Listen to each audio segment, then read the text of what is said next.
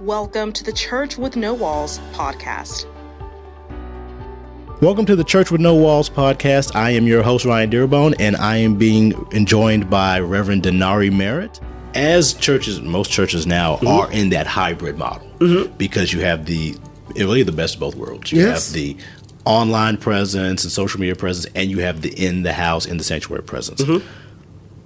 Do you see, especially with you being younger and you've got decades in front of you, whereas most of the pastors I've talked to have, a couple decades, 2 or 3, you've got many decades ahead of you.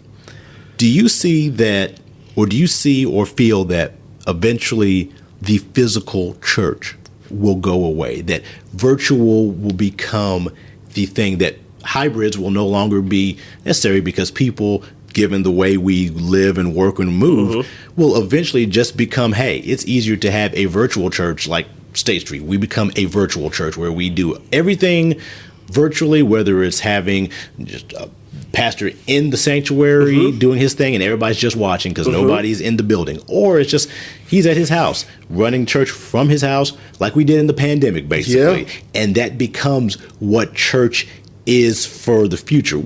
I think that fears a lot of the older generation. Let's say when robots started happening, we started seeing little AIs that feared the older generation because they're thinking they're going to take over, because you see all these movies and it happens that way. If you actually speak to us, we will tell you that we crave that church interaction. On Western's campus right now, there are some people who I never even thought went to church, stuff like that. And they came to me talking about, hey, I know you're a minister. Do you think we can do Bible study? They crave that human interaction. We are very, especially as humans in general, we are very social creatures.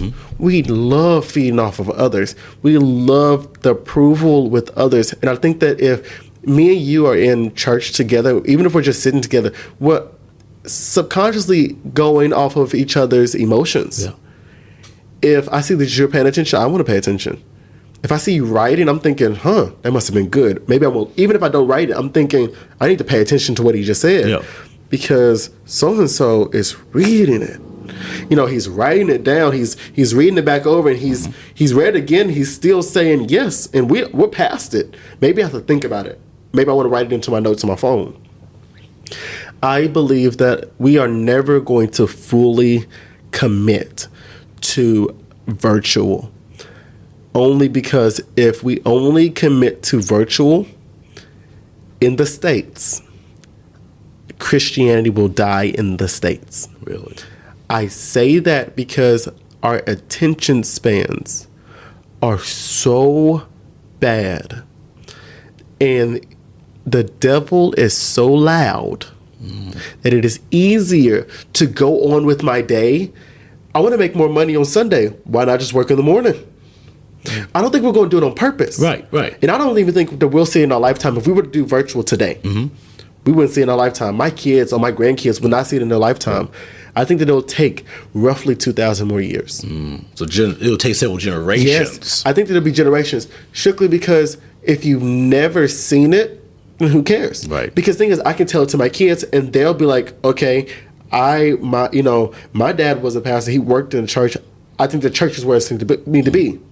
They teach to their kids. I think the church is where it needs to be. And all it takes is one of the people in my descendants tree to say, I think it's better for me to just work.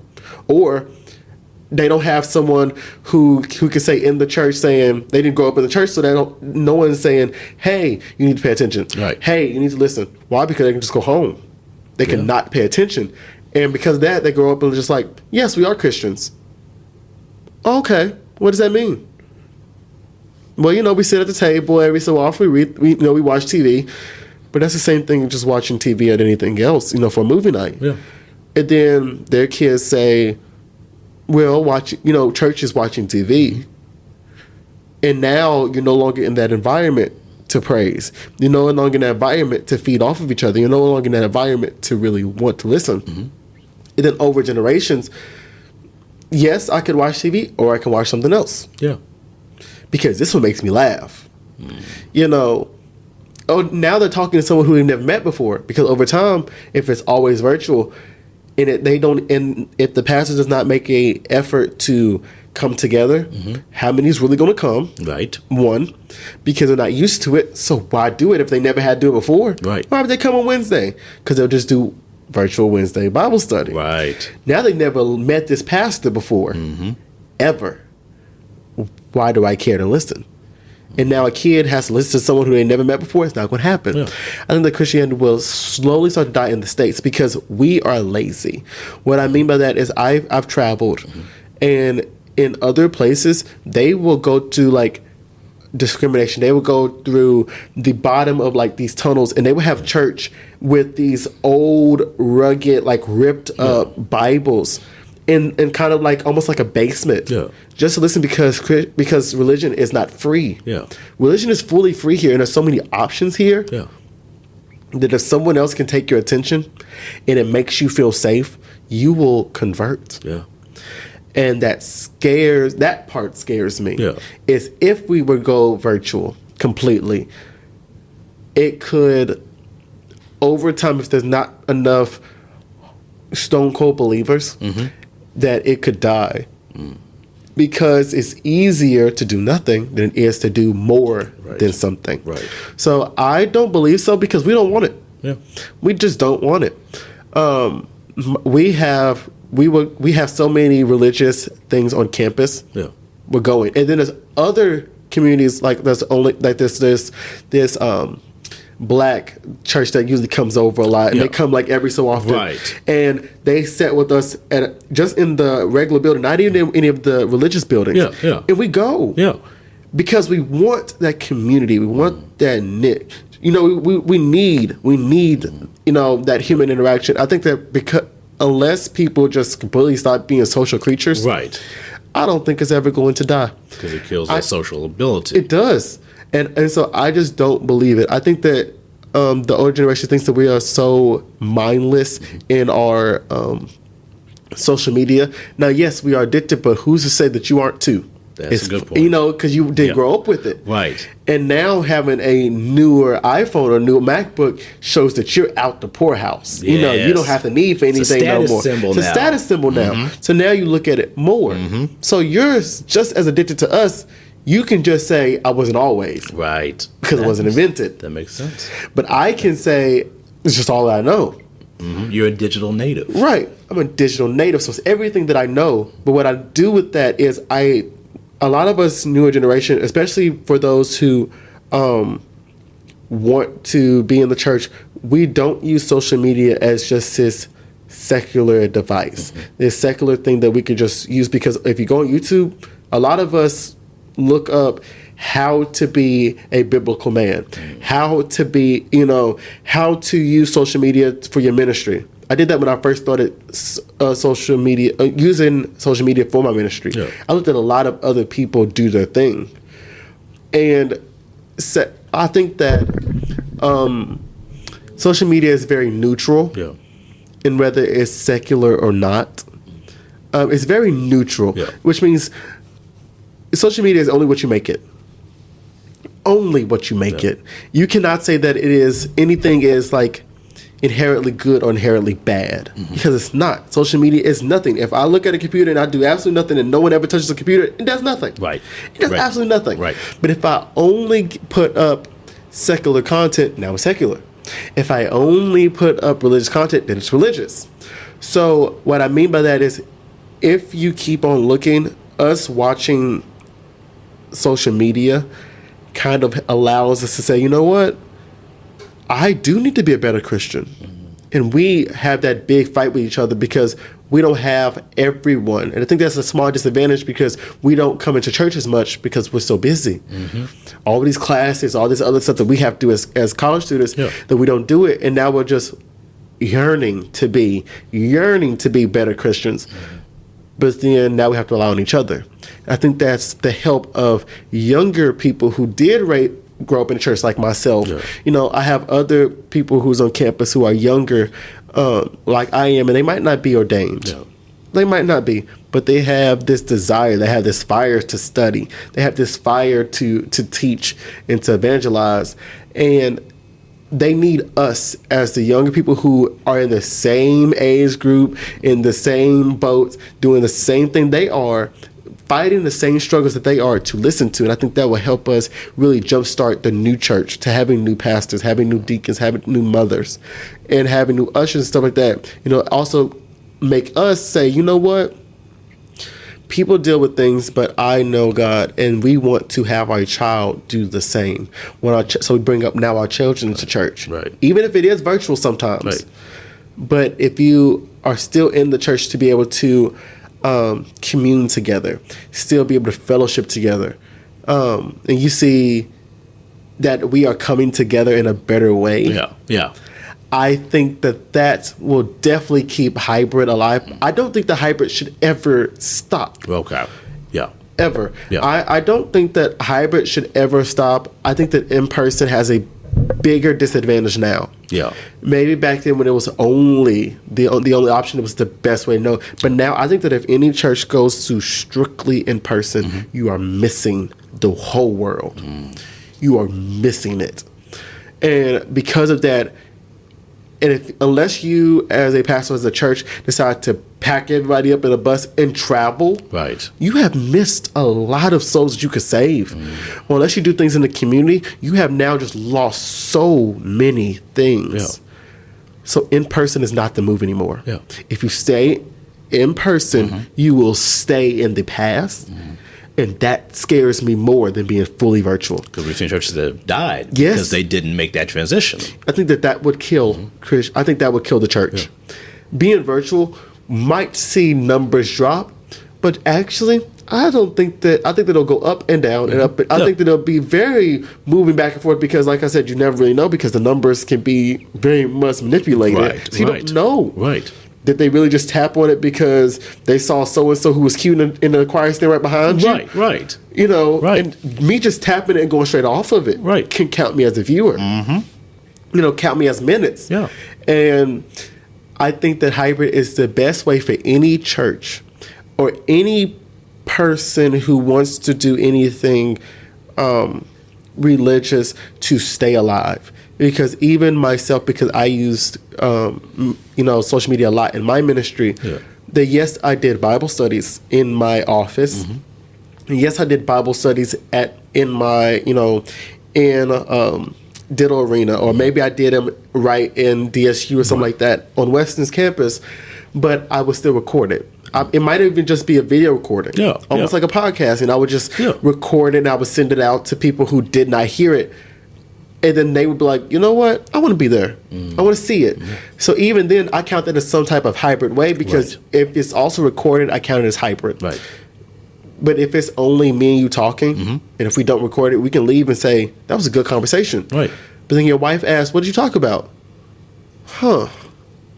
You forgot. Right. Not because it wasn't important to you, but because you saw stop signs when you rode off. Right. You heard a good you heard a good song. Right. Your phone rang. It's your brain likes to find things that are easy to grab onto. The brain does not like to think of anything as hard, and if it thinks that it's bad information or thinks that information is not important, it lets it go. Tosses it right out the door. No matter how much you want it to be important. Yeah. If your brain does not think that it is something that you need to survive, it does not care. So it let it go. Yeah. So I think that hybrid is the absolute best way that any church can go. Any church that is going hybrid, and which I love that the older churches, the older generations, like the pastors who are 50 and 60, I'm now seeing them more on Facebook. Yeah. Because a lot of them, especially in 2020 and 2021, were completely against it. Yeah. They were completely against putting on masks, completely against shutting down church. Like there were people who had to force them to shut down church because they refused to. Yeah. They refused, and I'm happy now that they're saying, you know what, this is more of an asset than it is a liability. Yeah. And I'm happy that they are because I think that that's completely going to grow the church. Yeah. And I think some people say the pandemic obviously it was a terrible thing for the lives we lost and the way it shut things down, but it was a reset.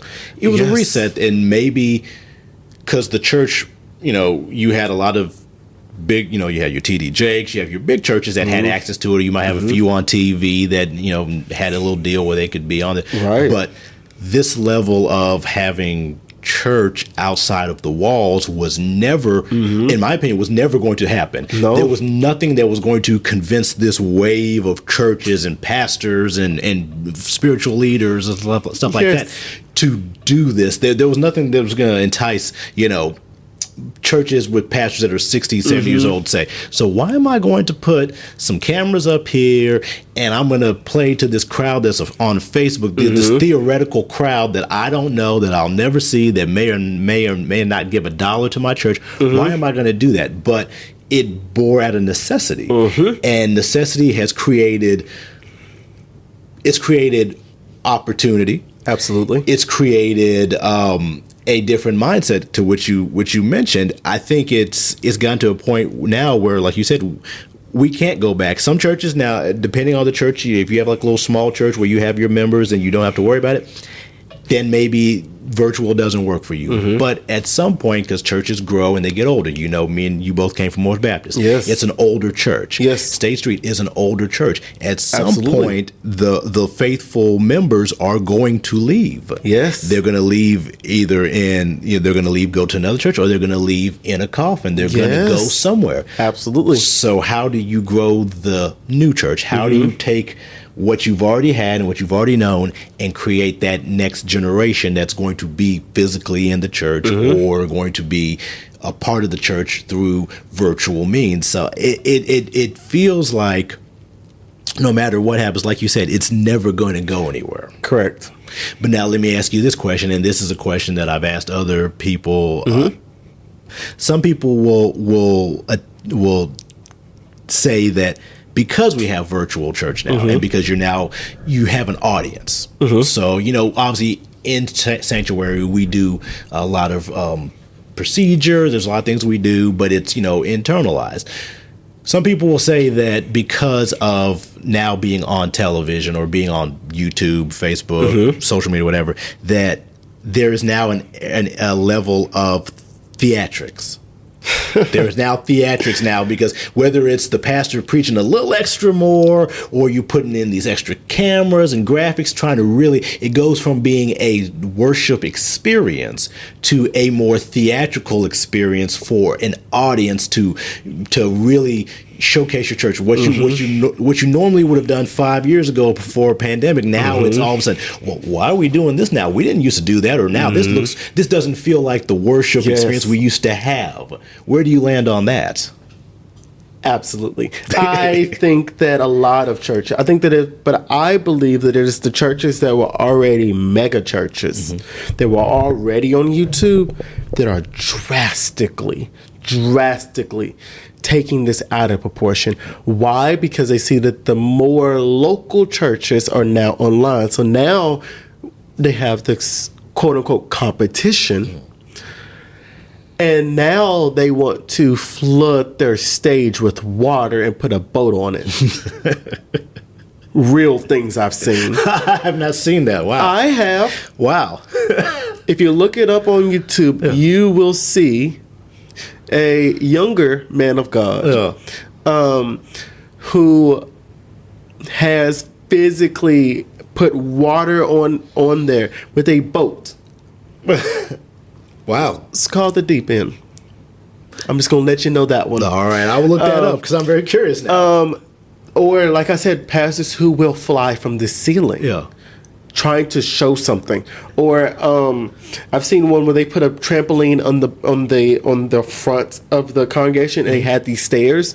And I think it was trying to do this analogy on sometimes taking a couple of steps back and falling, the Lord can bounce you back up. I get it. Yeah. I completely get it. Yeah.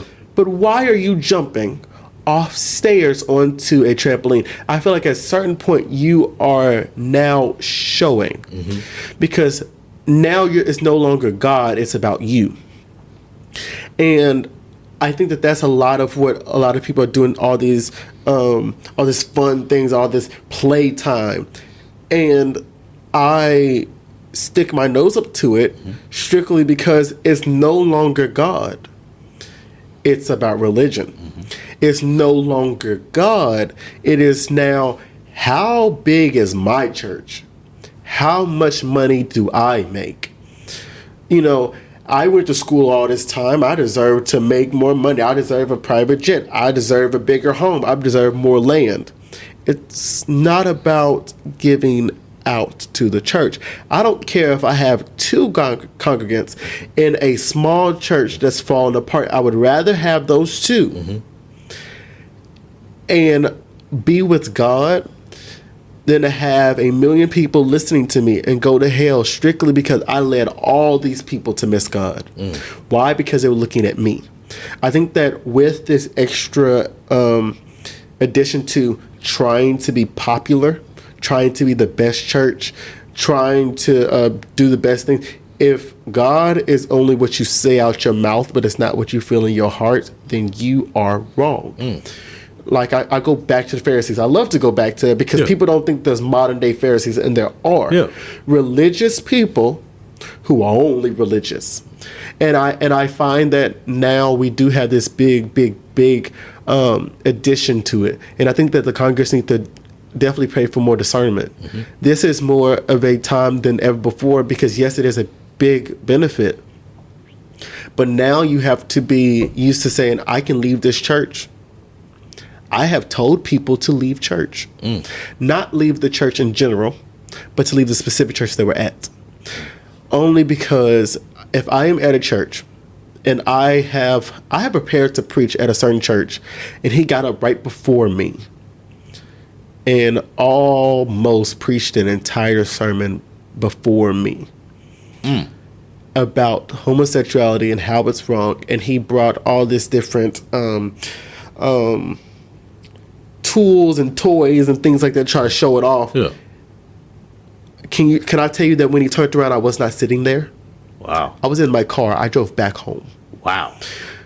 Only because at that point you have taught them that shows is where God is. And at that point, no one needs to hear 2 sermons. Right. You have done something that lets me know that this is not the environment that I need to be in, which comes with a lot of people needing to really pray for discernment, really being able to pray that, okay, just because I don't like this person, they might be of God. Like, those are hard discernment issues. Right. You know, we love to say because they look good, they smell good, they look, you know, they sound good.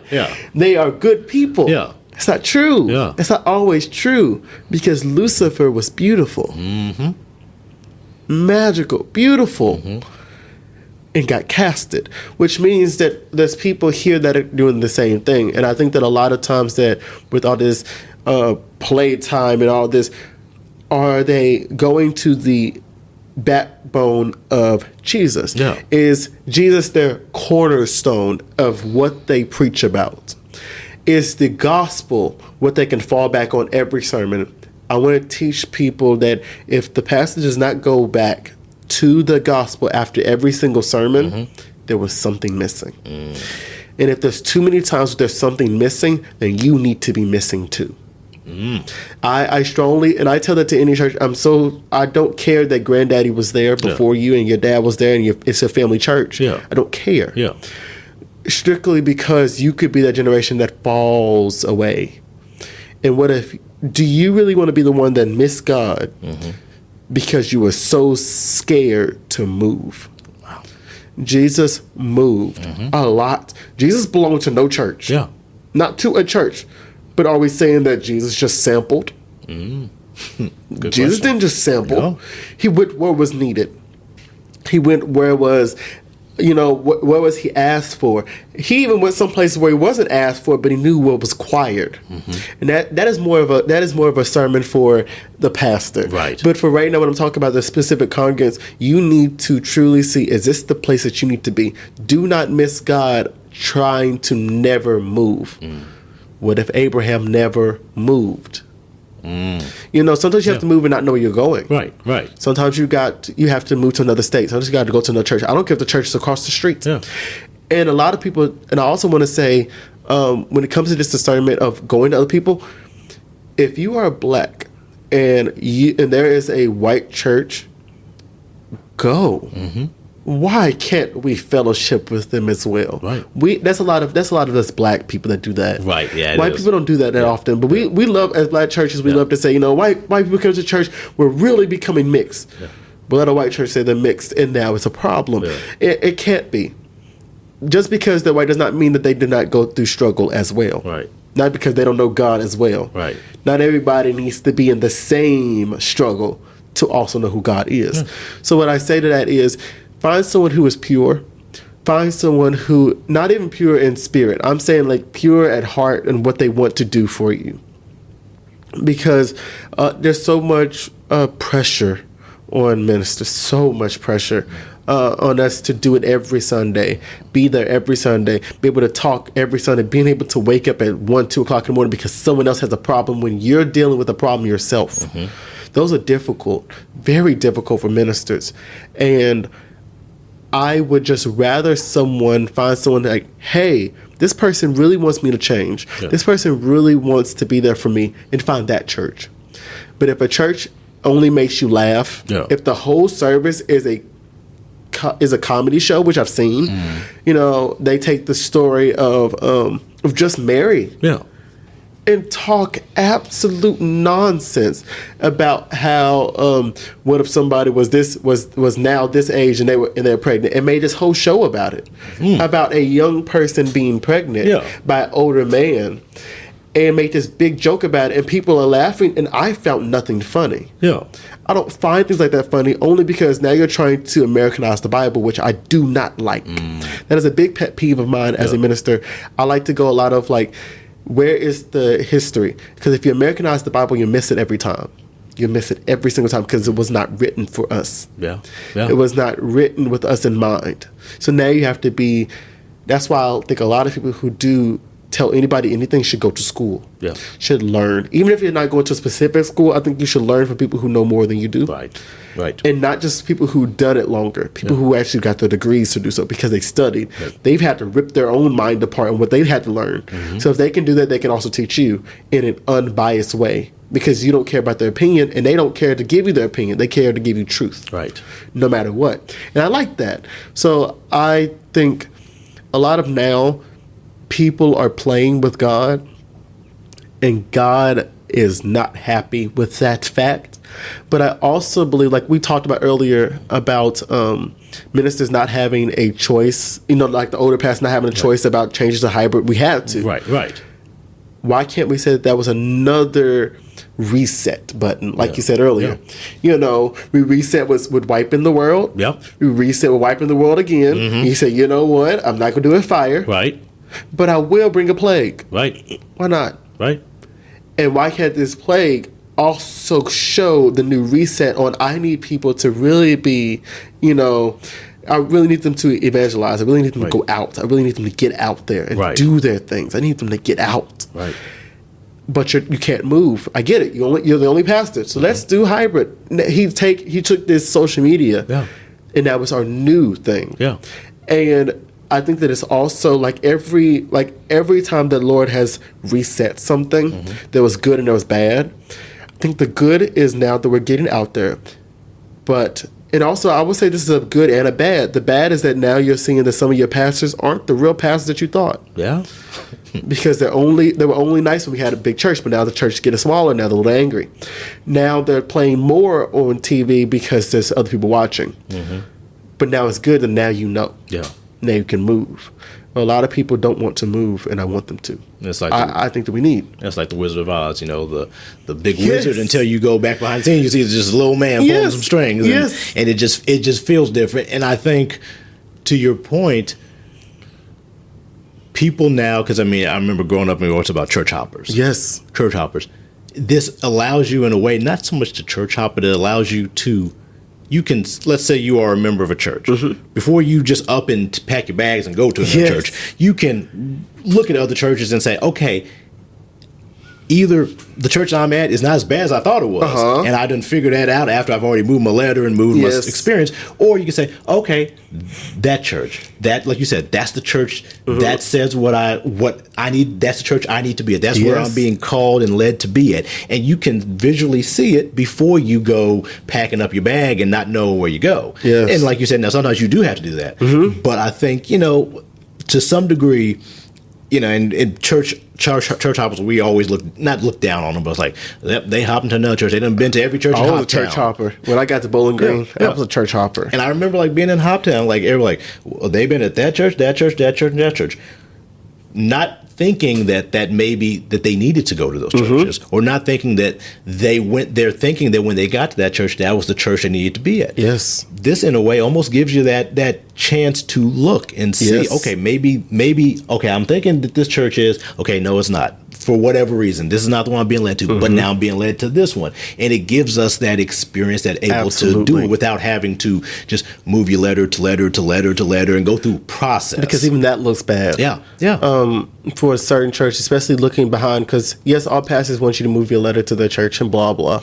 But the thing is, if they've seen, because if the last church tells you, when they're writing the letter, they can write in their letter as well. Write what they need on how you were as a church member. They say you're barely here, you went from church to church, blah blah. Now you look bad. So I think the social media, like you said earlier, gives you that time that you can do it, kind of in a way that keeps you able to open up to churches, because a lot of churches don't want you because they want a reliable member. But I think that this benefits a lot of people to be able to, like, okay, there's a specific reason I can't be here. Why? And because they can move. And the fear for me is I'm scared that a lot of people now are trying to move because of church hurt. Yeah. I think that hurts. Oh, yeah. That's scary. Yeah. Because I don't want people to leave just because of their church hurt that they've experienced. Yeah. I think that everyone has that to some type of degree. Yeah. And every church you go to, there's going to be some level of church hurt. So if you're looking for a church that you don't have church hurt, you might as well just stay at home and watch it, because if you're, it happens at your job, it happens over in your friend group, you're going to get hurt by somebody somehow in some way. Yes. Church, unfortunately, people come in, I've grown up and learned it and seen it. You think the church is the one place you shouldn't have to worry about church hurt. It's not true. But you walk in there and somebody or something is going to hurt you that day. Every Sunday, you're going to probably be hurt in some way. Do you stay? Do you go? Like a job. How much hurt can you deal with? How much hurt can you take before you decide, okay, not today, I'm done, I'm out. Or, I understand that it's, this person hurt me, but I'm here for God. I'm here for the Word. I'm here for the Spirit. It allows for more. It allows for, I guess, people to have more of an option than it did, rather than never going to church and they're like, I'm done with God, I'm done with church. Yes. I am done with all that. I will just, either I won't even pick up my Bible anymore. I'm just done with it because religion is, I don't believe in it now because of this. Now it allows you to kind of still, and I say passively, just kind of passive because you're not actively in the room. But it gives you a passive chance to still say, you know what, I did love that church, or I did love that pastor, or I felt connected to that word. So maybe I'm not going to sit in the sanctuary because I know how things unfold and how this person doesn't like me. I don't want to be in the same room with them. But I can still get that word. I can still get that message, and I can still walk away from having watched that service with the value that I needed. So I think that a lot of that is fully capable at this moment to be like, you know what, I do want to, because like I said earlier, I was a church hopper. I did. When I first got here, I had no idea where I was supposed to be. Right. No clue. And that's when I would ask around, hey, what church you go to? And I went for a Sunday. I left. Went to another church. I left. Went to another church. And the thing is, I didn't know because I've never been to Bowling Green by myself. And at this point, it was me by myself. I've always been at Morris Baptist, never really been anywhere else. Not that I had to choose by myself. And a lot of those times, I never told anybody I was a minister. Never did. I sat all the way in the back and just sat and observed. Because a lot of times when I come to church, I'm not really coming from the singing. I think because as a minister, I think a little differently when it comes to, yes, I put music at a very high level in church, reactivity in church need. But I come here for where is the theology? Because for the common Christian, not to say anything difficult, but you're looking at more than the sermon. Right. You're thinking of who else is here, who is not here, what type of good people are here, what type of bad people are here, how is the music? Can they sing? Right. How's the musicians? Can they really play? Can they play musically? What type of advantages do I have? Can I be a deacon here? Can I, I'm looking for strictly the theology. Now, yes, everything else is important. Yeah. It is. I completely think that. But I want to say, am I going to be led in a correct way? Because I don't care how old of a minister you might be. I don't care how many doctorates you might have. The Bible is so intricate that you can also feed people, but also be fed. And if I'm fed something from a pastor who is the head pastor, and then I try to feed them something else, why would they eat broccoli if they have cake? Right. Why would they hear my conviction if they only hear the positive? Why would I talk to them about the gospel if they're not really being exposed to hearing about the gospel? They're hearing more about themselves or how good God is. Yeah. There's other things that they need to learn. So I think a lot about theology, and I church hop to do that only because I didn't know what these churches' names were. Right. And because of that, I couldn't look them up. Right. So I had to do it physically. But now you can without really leaving. Yeah. And it's that positive or negative, you can think of that yourself. But I like to say that it is no harm in trying to see what else is out there.